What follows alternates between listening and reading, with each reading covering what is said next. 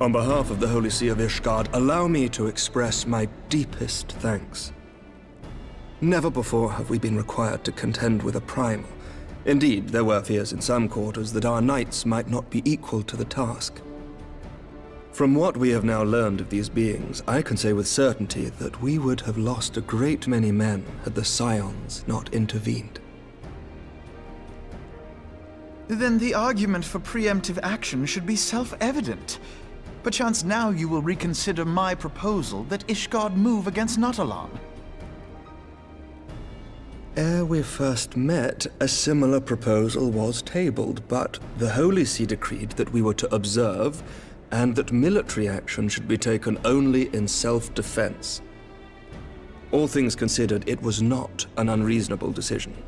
Since the Calamity, 2 vigils have fallen to the Horde, while Garuda has never shown any inclination to storm the gates of judgment. Which is why this unprecedented crisis and its resolution may prompt a change in policy. You who have faced these primals know well the threat they pose. Ishgard did not. Not until now. And there is naught like a brush with death to change a man's outlook. At the very least, this should silence any lingering objections to our arrangement with Revenant's Toll. The Holy See may even feel moved to grant us its formal endorsement. So far as it is possible, the Scions shall be compensated for their service. We should be grateful for any aid you can provide. As a gesture of good faith, I shall withdraw my previous request. Your people are doubtless needed elsewhere. That will not be necessary. We too have a vested interest in watching Dravania's movements. I see. Once more, I must thank you. Sir Emmerich, if I may, do you truly believe that Midgard-Zomer could return?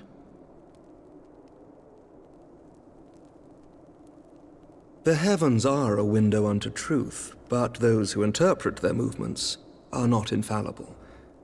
I requested your involvement as a precautionary measure. But of course, you sought an excuse to compensate us from the first, mindful of what would happen if Revenant's Toll were taken by your enemies. Ishgard is not wont to aid its neighbors, but that does not preclude it from manipulating them to serve its own interests. Choose your next words carefully.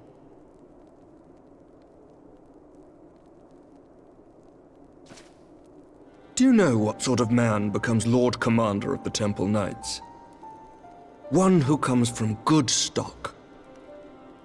I did not. Yet here I am. Now, why do you suppose that is? Because I swiftly learned to tell the difference between words, deeds, and beliefs. You are correct, Master Leveilleur. Ishgard desires to see Revenant's Toll flourish, as it would present a troublesome obstacle to our enemies from the south. We are so glad to be of use to you. As we are to you. Ours is a mutually beneficial arrangement, lest we forget, one born of necessity. The dragons grow more restless by the day, and the heretics harry us nigh without cease. We have contended with such troubles for centuries, but there are limits to even our endurance. Yet as a pauper is loath to part with his meager possessions, the leaders of Ishgard are not wont to render up their trust to outsiders. But with perseverance on our part, they may yet be made to see the light. Nevertheless, one must take care when walking the road less traveled. Wise words, Sir Emmerich. I shall make a point to remember them. I must apologize for my earlier outburst. I hope it will not sour our good relations. Not at all. You but spoke from the heart. I trust you understand that at times my duties may prevent me from meeting with you. On such occasions, my second-in-command will speak for me.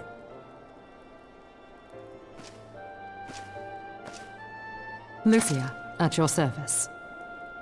Pray excuse our reticence. We are but wary of speaking too freely, lest our sentiments be made known to our enemies. Know that the Lord Commander and I are of one mind. For the sake of Ishgard, and of Eorzea at large, I pray our peoples can put aside their differences. Those who dwell in the past risk losing sight of their future. Should aught befall one of our shipments, pray inform Lucia immediately. You may also relay to her any words you might have for me alone.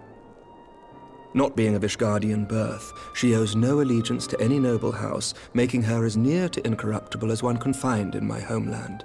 Suffice it to say, I trust her completely, and so may you. Which reminds me, Lord Orchefort, if you would be so kind? Certainly.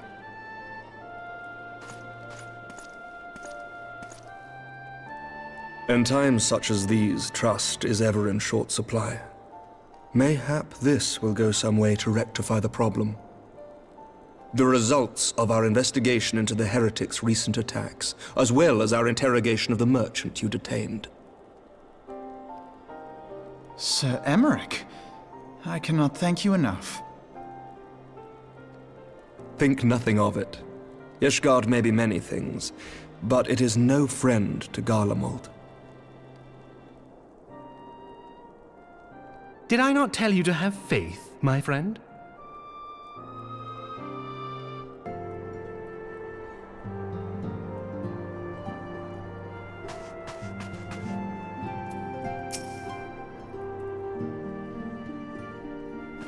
Words cannot well express how glad I am to see you return to us hale and whole. Needless to say, I am most eager to hear your account of that which occurred in Kurthis, assuming you're ready to speak of it. Excellent. I shall summon the others at once.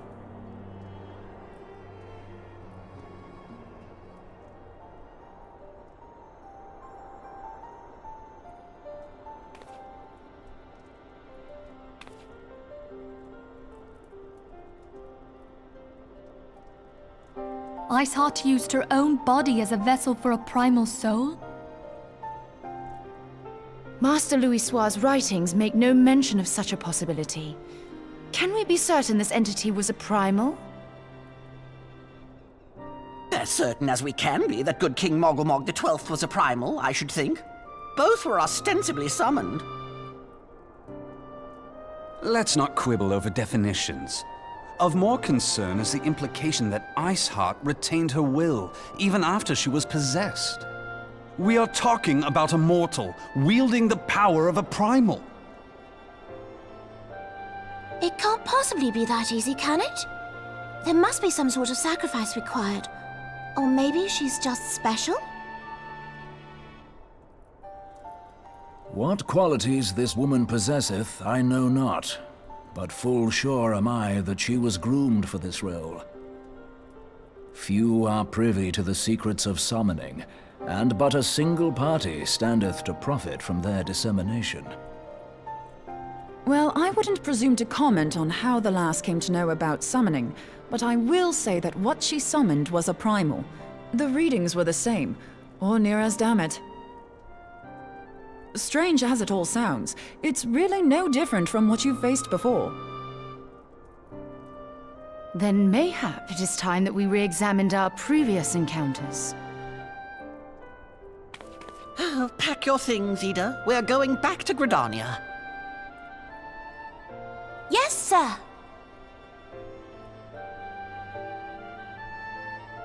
About Iceheart's final words to you. Hear, feel, think. Hydaelyn speaks to her as well. If Iceheart is blessed with the power of the Echo, she will doubtless have used it to further her goals. Or could it be that it was a revelation granted her by the Echo which first set her on this path? She did say that the Ishgardians were blind to the truth. Do you think she has knowledge of the origins of the Ishgardian-Dravanian War? It would do much to explain her unwavering conviction. Did not the Lady Iceheart implore thee to seek the Keeper of the Lake? And did she not imply that in so doing thou wouldst come to see with eyes unclouded? Midgard Zoma was a king amongst kings who reigned for centuries on end. But he is dead and his wisdom lost to the ages. Unless the Ishgardians' fears are well-founded. It would seem we have yet another reason to stand watch over the Keeper of the Lake. For a mercy, we are well positioned to do so.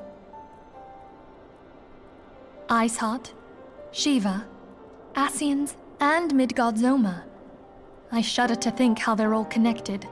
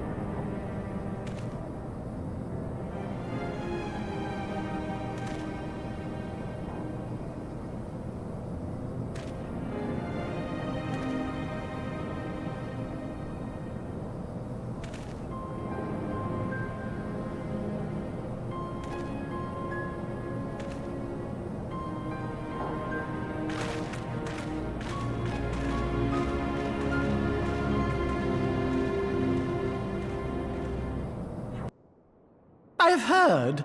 Truly bothersome business. No, I do not foresee a problem on that front. The main concern is Reborn. There is no telling what the brute might do. Have the blades watch him in the flames day and night. You may leave the Sultana to me. I shall personally attend her grace.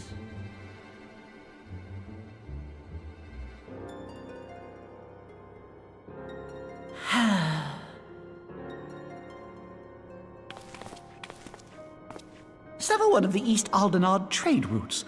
That ought to keep Lolorito occupied for a while.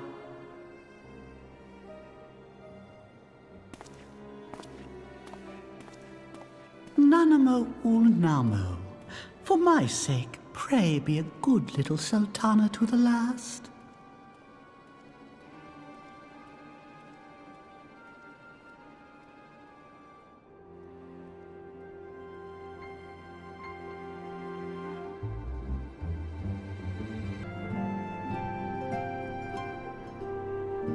Welcome back, my friend.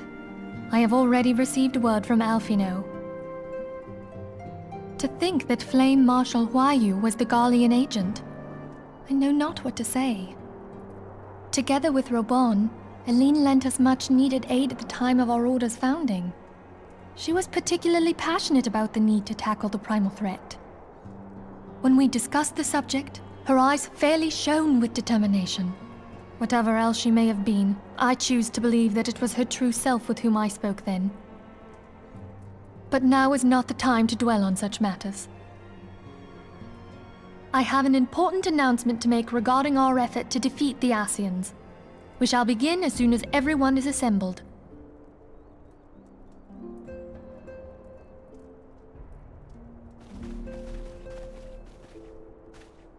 My thanks for coming, friends.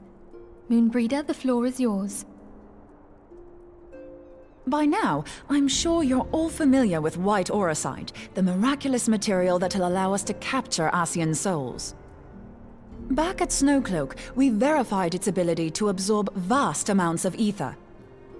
Alas, it leaves something to be desired in the area of stability. The stone can only store ether for a short while before expelling its contents. In addition to auricite's inherent limitations, we must needs be wary of our enemy's strength. Our foe draweth upon an infinite wellspring of power. Even should we succeed in entrapping him, the stone will not long contain his wrath. Meaning that, if we want to kill the swine, we'll have to be quick about it.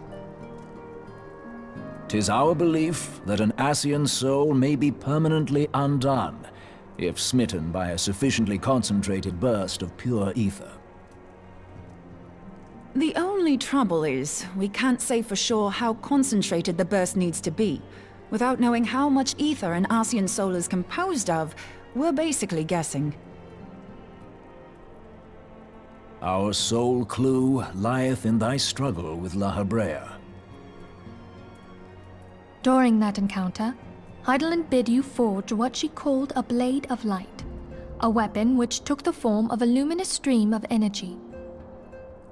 Based on your description, we believe the blade with which you vanquished your foe was composed of ether. Admittedly, your victory proved ephemeral, as La Hebrea was able to use a crystal of darkness to flee into the space that lies between our world and the void. The fact remains, however, that Heidelin placed the means to destroy the Ascians in your hands. Be that as it may, it would be unwise to assume that she will do the same when we next encounter such a foe. Quite so, my lady. We must needs find the means to forge our own blade of ether, one to equal that which Heidelin did benevolently bestow upon her champion. That is all well and good, but it seems to me that producing such a blade will require a prodigious quantity of ether. Whence will it come, pray tell? Oh, what if we had two pieces of white auricite? One to trap the Ascian, and the other to store the ether for the blade. Oh, nice try. But it's as I said, the stone won't hold ether for any length of time. we'd still need to collect the stuff there and then, sorry to say. And therein lies the rub. Finding a way to create the blade whenever and wherever we choose. Twould seem more research is in order. I'm going to linger a while, perform a few more tests on the Aurosite. And I could do with some help. Eorzea, why don't you lend me a hand? Mine apologies, but I am required at the Waking Sands. Lady Minfilia hath given me sole charge of the premises. 'Twould be unseemly to leave them unattended. Sole charge, you say? So you're basically alone there, then? Well, that settles it. I'll just have to come to you.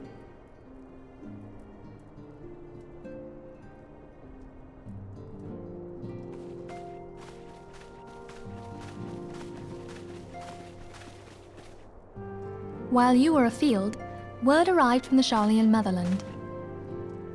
You will recall that a survey party was dispatched to investigate the incident of the Isle of Val. What they discovered was troubling, to say the least. According to the report, the Isle has been erased from existence. 'Twas as if a hole had been torn in the very fabric of reality. Aye, yet the mystery endeth not with the Isle's disappearance. It hath come to light that a number of scholars in various other locales were reported missing at a similar juncture. What's more, they all had something in common with the head of the students of Baldessian. Every last one of them was researching a phenomenon called dimensional compression, or the rejoining as the ancient texts call it. I'll be damned if that's a coincidence.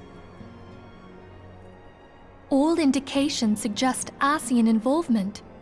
But I sense that a force greater still is at work. The entity the Dark Beings call the One True God. We must pray that my dear friend Kryl regains consciousness soon. If she bore witness to the Isle of Val's final moments, she may be able to shed some light on this mystery.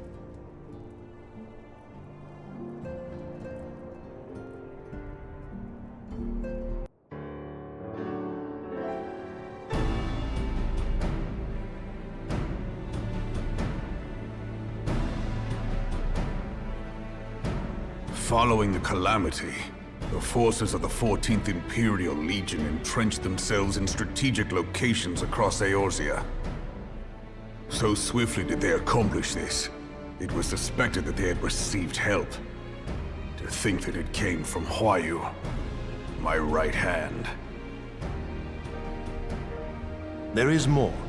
We have reason to believe that Huayu didn't deal exclusively with the 14th. She also answered to a higher authority in Garlemald. But this higher authority could not have been the Emperor. By consenting to the media project, Solus Zos Galvus showed himself to be more concerned about preventing the spread of primal influence than claiming Eorzea for the Empire. He would happily have seen the lot reduced to ash. We believe a number of high-ranking figures within the royal household were against the decision, but that they knew better than to oppose the Emperor openly. Of course, this didn't prevent them from making clandestine provisions, in which Huayu played a part. Alas, these provisions did not prevent Dalamud from falling, and the ensuing chaos changed the face of the realm forever. Yet Eorzea survived. To all intents and purposes, the Meteor Project had failed, and the Empire was left to rue its lack of a decisive means to eliminate the primals. Until, that is, it stumbled upon the Ultima weapon. Even before the accursed thing was dug up, it seemed to me the 14th had the might to overwhelm our weakened armies. Yet they chose to hide behind their walls. Why? The Black Wolf was wary of making the denizens of Eorzea desperate, lest more primals emerge to bleed the land. The discovery of the Ultima weapon, however, emboldened him to resume his war of conquest in earnest. But there was one in Garlemald who believed that Van Belsar's actions were premature. One who stood higher in the Imperial Army's chain of command. He ordered the legatus to halt his advance, only to find that the Black Wolf had slipped its leash, and that the 14th now acted alone. In a bid to bring Van Belsar to heel, he used the agent he had planted in Ul'dah prior to the Calamity to undermine the Legion's efforts. A man who outranks Van Belsar, yet opposed the late Emperor's decision to annihilate Eorzea. This could only be the former High Legatus of the Garlean army, now known as Emperor Varus Zos Galvus. So he was Huayu's true master. But one of several in actual fact. We've learned that even as Huayu served the Empire's interests, she sold Imperial secrets to a certain faction in Eorzea. In so doing, she helped to maintain the status quo, thus prolonging the conflict. Considering who stands to profit from war, it isn't hard to imagine who her other masters were. Seven hells! You mean to say that she was a double agent? Triple, if you consider her services to Van Belsar and the new Emperor as separate. As neatly as these pieces seem to fit, one aspect of the puzzle remains unclear to me. By whose will was the Marshal feeding intelligence to the heretics? And try as I might, I fail to see how aiding their cause would profit either her Imperial or monetarist masters. Could it be that another hand is at work here? If so, Huayu must be made to reveal whose it is.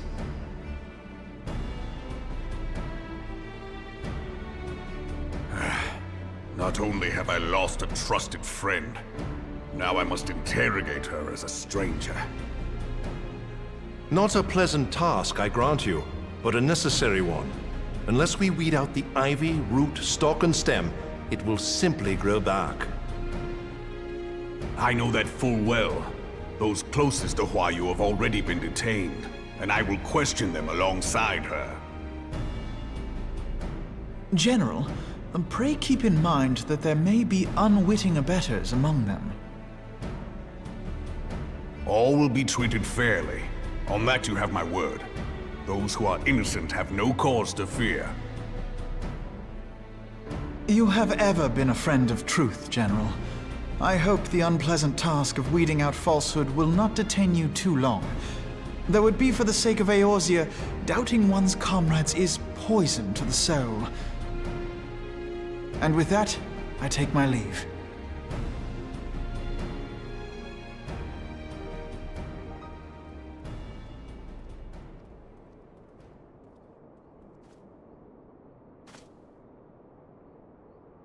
All these years, I've been made to dance to their tune. How could you, Huayu? How could you side with them? Those cankers who take from this land and give naught in return, who use their power to disempower and grow fat while the people starve. I know you can hear me, monetarist scum! Your crimes will not go unpunished! One day I will purge this land of your sickness! Before the eyes of the 12, I swear it!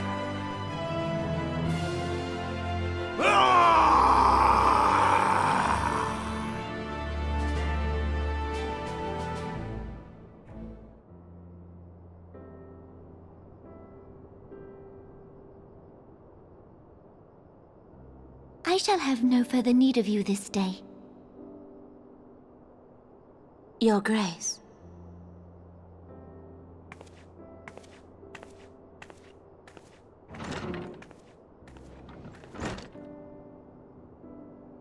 I fear that not even mine own chambers shall remain private for long. Has the situation grown so grim?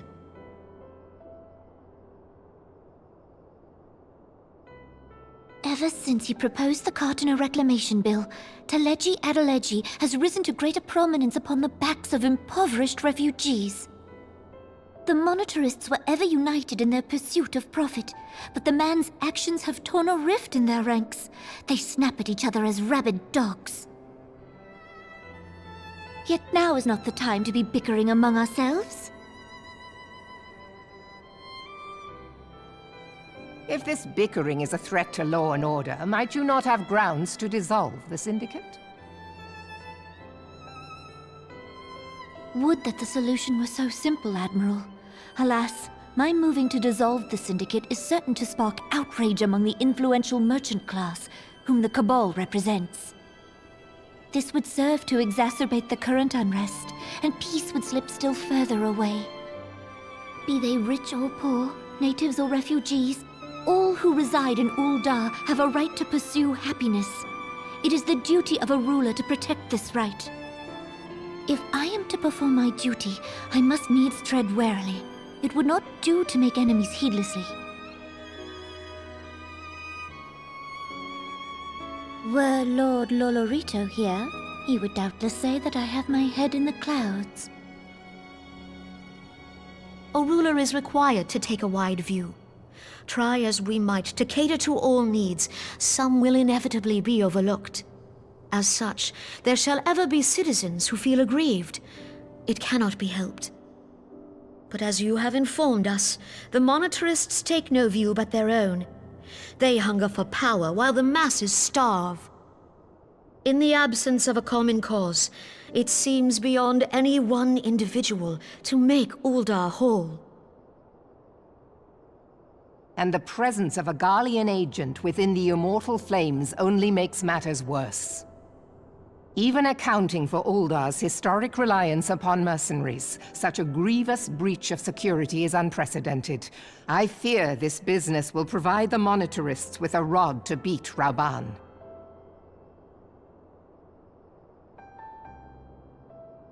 Eorzea can ill afford for the immortal flames to be dampened now.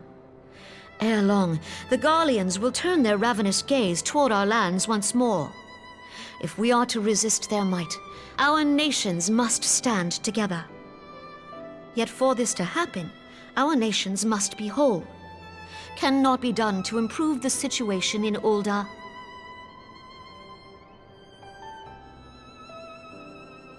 The true wealth of Ul'dah lies in the health, happiness, and hopes of her citizens.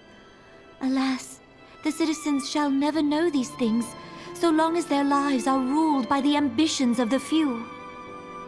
The monetarists claim to represent the best interests of the people, but in sooth they desire only to manipulate them for their own selfish ends. For the government to serve the people, it must be formed of the people.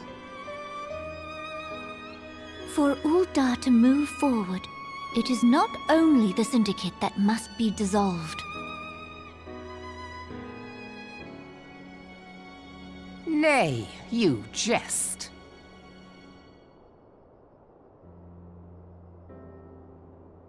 My friends, it was for no other reason than to make known to you mine intent that I requested your presence here.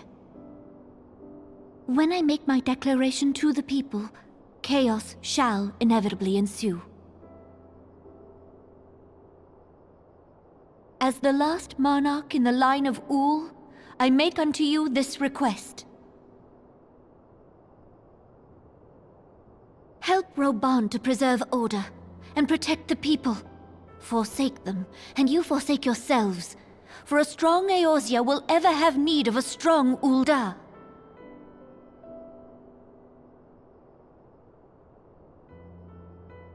Your Grace, are you certain of this?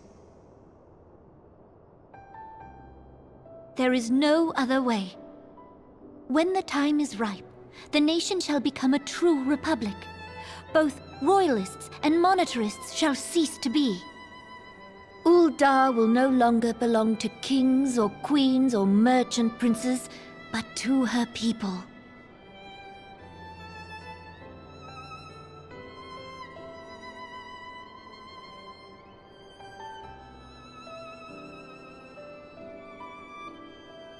Reborn, forgive me for casting aside all that you have toiled for in my name. Beyond this gesture, I am powerless to help my subjects.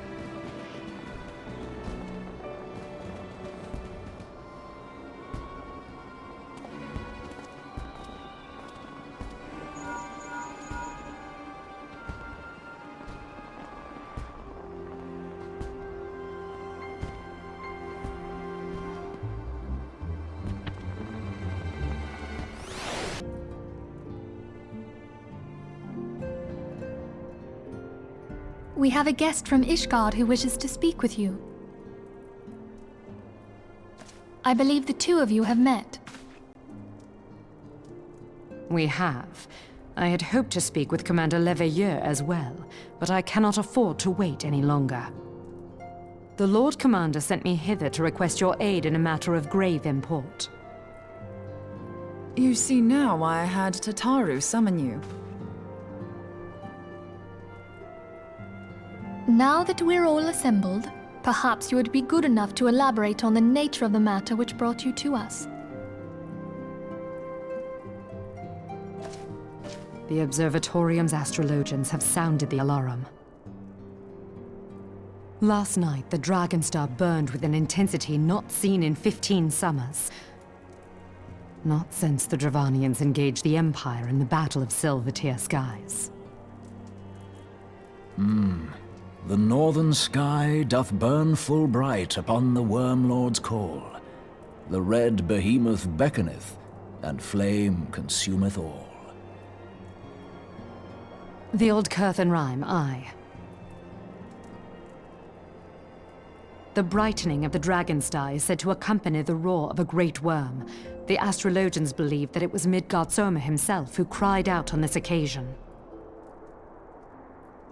After an absence of centuries, the King of Kings did return to lead his kind against the might of Garlemald, only to fall in his duel with the Agrius, proud flagship of the Garlean fleet. Devoid of life, his corpse remaineth entwined about the Magitech monstrosity even unto this day.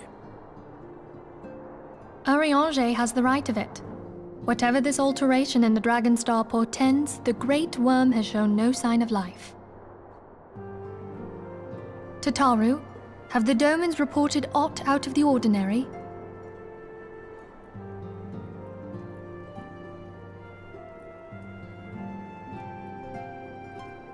Correct me if I'm wrong, but if Midgard Soma had roared, wouldn't we have heard it here in Revenant's Toll? Roar is but a figure of speech. Dravanians can communicate in ways beyond our ken. It is for this very reason that we are forced to look for signs in the heavens. We cannot say with any confidence that a great worm roared at all, much less that it was Midgard Soma. Only by directly examining the Keeper of the Lake can we be certain. However, it will take too long to gain the Holy See's approval to dispatch the Temple Knights. Therefore, Sir Emric would entrust this task to you. Do you accept?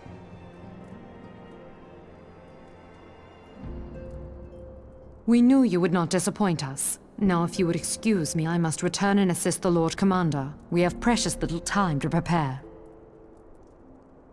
To prepare for what, pray tell? When a great worm roars, his brethren cannot choose but answer. We prepare for battle.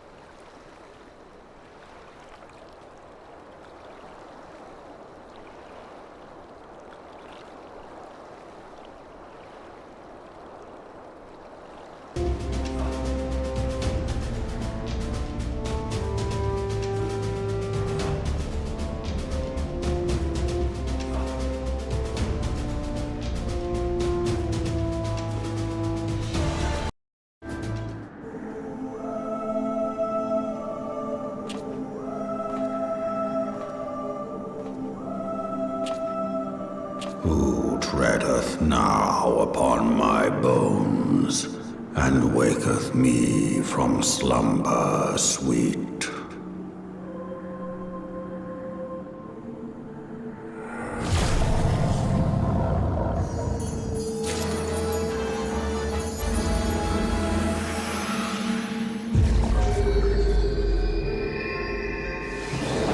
Thou hast forgotten the face of thy lord.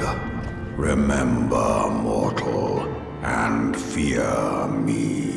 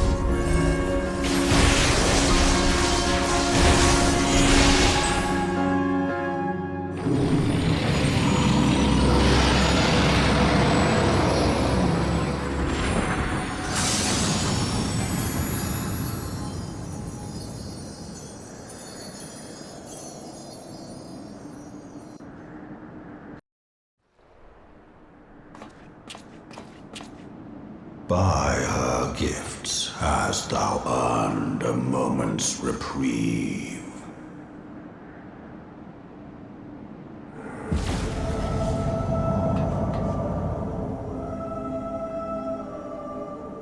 Speak, mortal, and I shall listen.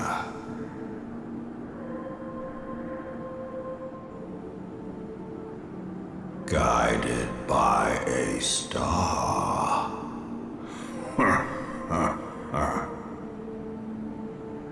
My people have heard the song. Ishgard shall burn.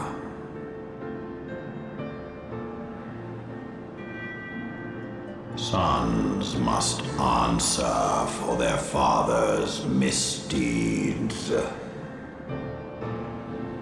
We do not forget.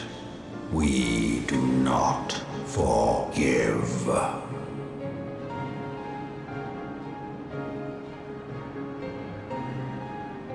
Seven children did I sire. One now singeth of retribution. I rise to join in the chorus. Thou art powerless to silence us, mortal. Yet thou shalt not live to labor in vain. Thy reprieve is at an end.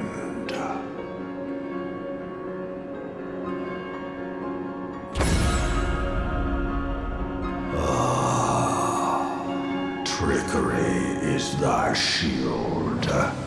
This frail, ignoble creature is not gifted, but chosen. Hearken to me, Hydaelyn. I remember, and I consent.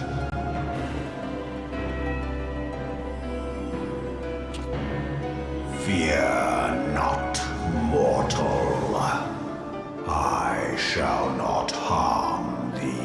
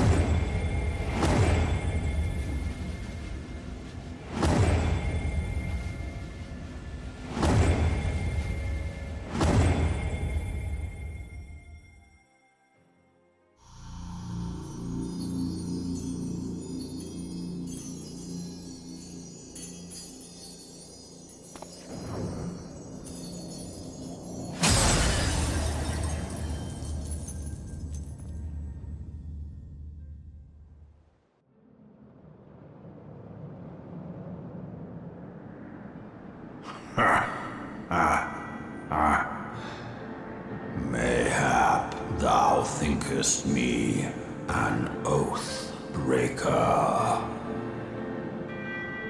Thou art mistaken.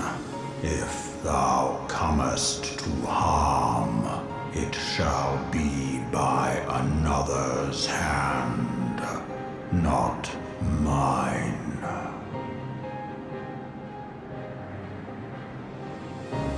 I did but strip thee of thy mistress's feeble blessing.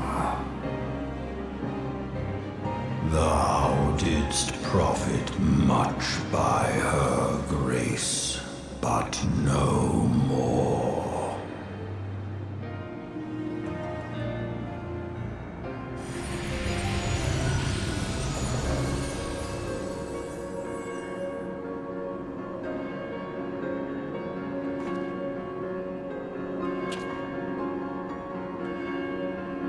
The covenant binds me to thee. I shall watch, listen, and wait. Fight and struggle, if it be thy will. Man hath ever coveted that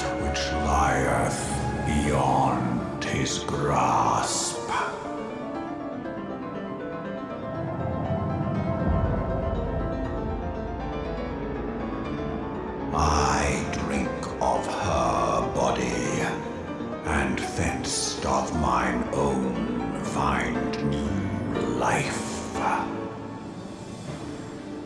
When it hath grown whole, the loyal and penitent shall rejoice.